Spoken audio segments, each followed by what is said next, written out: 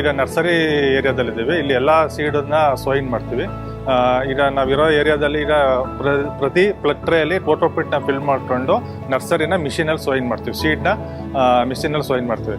ಎಲ್ಲ ತರಕಾರಿ ಆಗ್ಬೋದು, ಚಿಲ್ಲಿ ಆಗ್ಬೋದು, ಟೊಮೊಟೊ ಆಗ್ಬೋದು, ಡಾಟ್ಸ್ ಐಟಮ್ ಆಗ್ಬೋದು, ಕುಕುಂಬರ್ ಇರ್ಬೋದು, ಎಲ್ಲ ತರಕಾರಿ ವೆಜಿಟೇಬಲ್ ಸೀಡ್ಸ್ನ ನಾವು ಈ ಮಿಷಿನಲ್ಲಿ ಸೋಯಿನ್ ಮಾಡ್ತೀವಿ. ಮಿಷಿನಲ್ಲಿ ಯಾಕಪ್ಪ ಸೋಯಿನ್ ಮಾಡ್ತೀವಿ ಅಂದರೆ ಲೇಬರ್ನ ಕನ್ಸ್ಯೂಮ್ ಕಡಿಮೆ ಮಾಡುತ್ತೆ ಇದು ಮಿಷಿನ್ ಯೂಸ್ ಮಾಡಿ. ಈ ಮಿಷಿನಲ್ಲಿ ನಾವು ಪ್ರತಿ ಒಂದು ಗಂಟೆಗೆ 400ರಿಂದ 500 ಟ್ರೇಸ್ನ ನಾವು ಫಿಲ್ ಮಾಡ್ಬೋದು, ಸೀಡ್ನ ಸೋಯಿನ್ ಮಾಡ್ಬೋದು ಈ ಮಿಷಿನಲ್ಲಿ.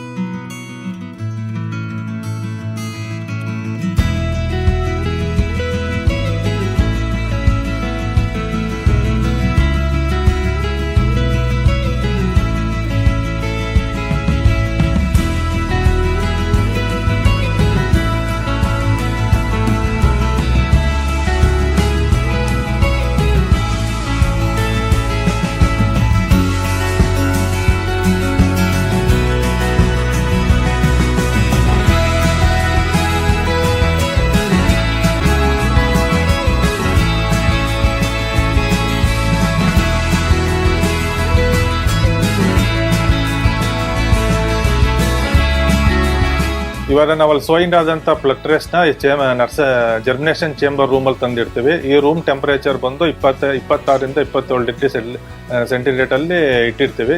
ಇಡೋ ಉದ್ದೇಶ ಏನಪ್ಪ ಅಂದರೆ ಸೀಡ್ಸು ಎಲ್ಲ ಯೂನಿಫಾರ್ಮ್ ಜರ್ಮಿನೇಷನ್ ಬರುತ್ತೆ, 100% ಜರ್ಮಿನೇಷನ್ ಬರೋ ಉದ್ದೇಶದಿಂದ ಎಲ್ಲ ಬೀಜಗಳನ್ನ ಏನು ನರ್ಸರಿ ಅಲ್ಲಿ ಸೋಯಿನ್ ಮಾಡಿದಂಥ ತಂದು ಜರ್ಮಿನೇಷನ್ ಚೇಂಬರಲ್ಲಿ ಇಡೋದ್ರಿಂದ ನಮಗೆ ಉಪಯೋಗ. 5ರಿಂದ 6 ದಿವಸ ಇಲ್ಲಿ ಜರ್ಮಿನೇಷನ್ ಚೇಂಬರ್ ಇಟ್ಟು ಮತ್ತೆ ಅದನ್ನು ಗ್ರೀನ್ ಹೌಸ್ಗೆ ಶಿಫ್ಟ್ ಮಾಡ್ತೀವಿ.